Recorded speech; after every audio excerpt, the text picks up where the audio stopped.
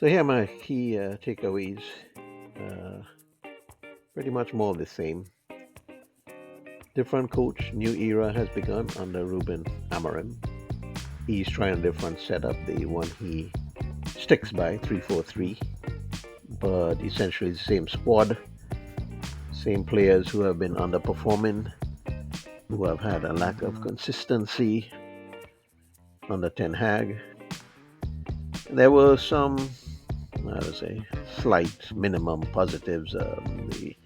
They did score the early goal with some, high energy and tempo. But after about 15, 20 minutes, you could see that the intensity dropped off. Um, you wonder why they didn't just keep at it, full steam ahead, go for second goal, a third goal, kill the game off. But that drop off let Ipswich back into the game. They started to get the rhythm. They created a few chances, and if it were not for the brilliance of Onana, we'd be out of it. He kept us in the game. There was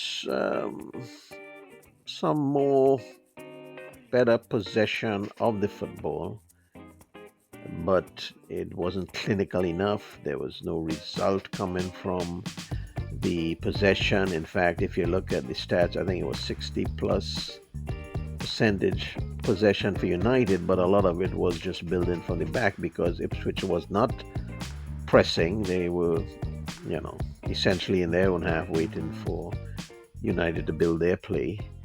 Um, so I don't think the dominance in possession tells the whole story because again, not clinical enough, no cutting edge with this team, and we saw the defensive vulnerabilities. My opinion is that with guys like Delit and of course Evans had to start because Martinez injured, Euro not back yet. Maguire injured, so there's still problems in the defense, and there's a lack of mobility.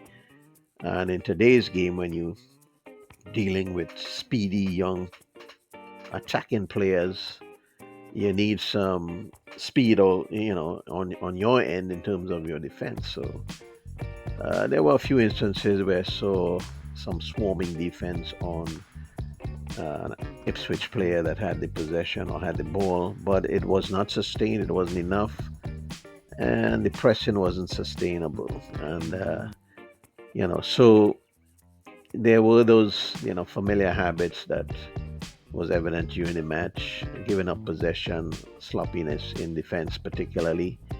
So overall, it was a mediocre performance, but that's the state of play at Manchester United at this point.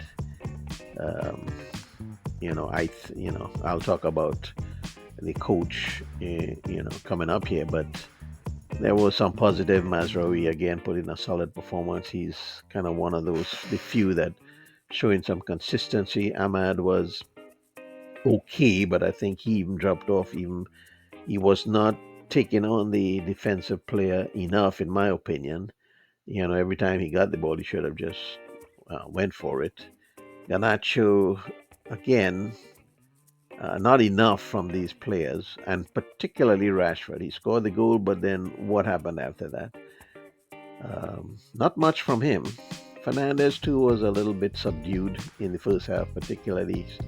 Um, there is, in my opinion, a um, definite call for United to sell Rashford, if not in January, in the summer.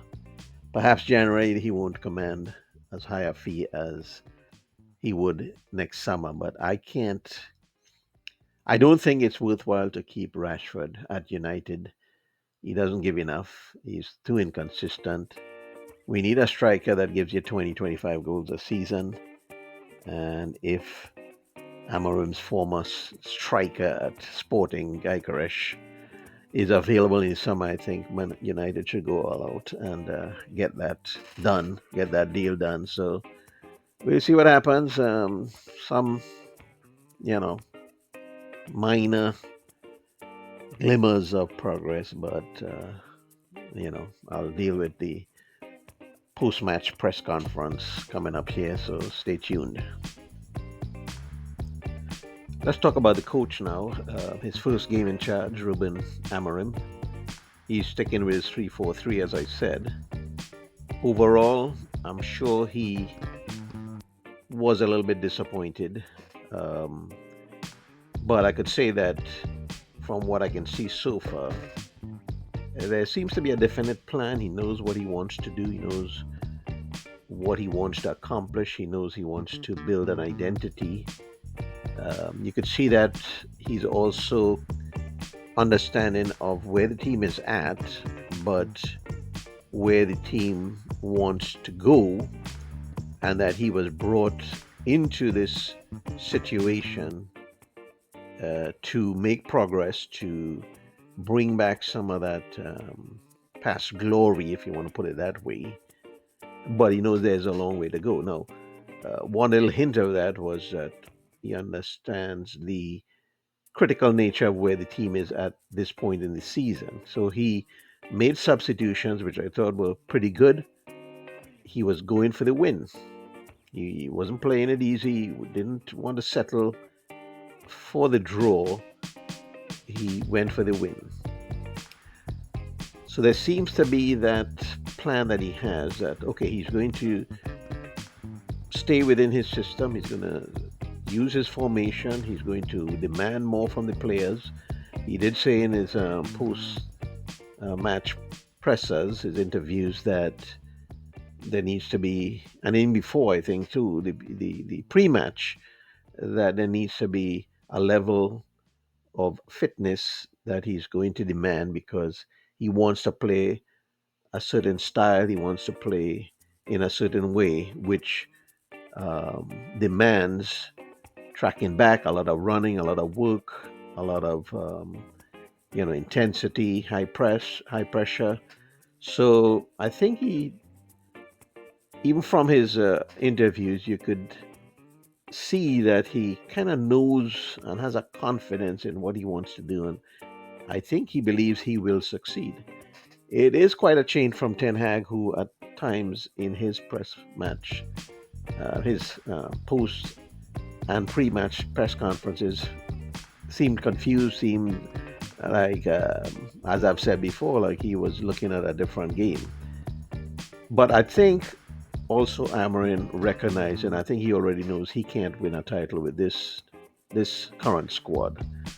Now, of course, there's constraints based on the rules, and there's not much he can do coming in mid-season or even in January. So it looks like there would have to be some major changes come next season, next summer. He's pragmatic. I can see that from his interviews. Now he was sort of given quote unquote excuses for the disappointment, but if you put that in the context of when he came and the fact that he didn't have a full squad because of international duty, he didn't have maybe just a couple of days of training sessions. What he said in terms of explaining the result was reasonable, you know. But obviously he is here. It's his gig. He came mid-season. He didn't wait. He said, how could you pass up this opportunity? And he has said in his interviews that he's the guy. He's the one. Not the special one, but the one to make things happen. And right now, the ball is literally in his court, despite all his circumstances. You could look at that squad and, you kind of sometimes wonder because I hear commentators, I hear analysts saying, and, there are players that they play for their national teams and they should be better than they're showing on the pitch. But I think it's a combination where there's a lack of quality, I would say, um, because you kind of, it's a, there's a lack of quality, lack of cutting edge, and a lack of identity. Okay, but that's nothing new for this team. So he has a long way. The team has a long way to go. He has a lot of thinking to do. He seems to be good in terms of his analysis of the game from just this first match, and he knows it's all about results. So, as I said before, I think there needs to be a elite striker brought in. I think it's time to cash in on Rashford. Maybe Xerxes has to move on too, because I don't think he actually really fits into what Amorim would want going forward. He's a decent player, but um, I think we need several players who can fit into his um, the style, the identity, the, the goals that he has for the team. So here we are, 2 points dropped, but in the context of the new coach coming in, having very little time, what can you say? Not a good result, because still mediocre, still poor performance, still a team they're playing that they should handle pretty easily. But as I said, this is where we are at after all these years, six coaches. My feelings on the Glazer. Okay, new partial owners, but things are at least happening in terms of, I think, the whole management, the staff, the new um, structure is going to help in the long run. But he's there now, and he has to make a difference, from now until the end of the season. And I am optimistic, though. I think that he can do something at United that others have failed to do. And let's hope that he does. So I want to thank you for watching and tuning in. And I want you to stay tuned for all our upcoming videos and analysis. So take it easy.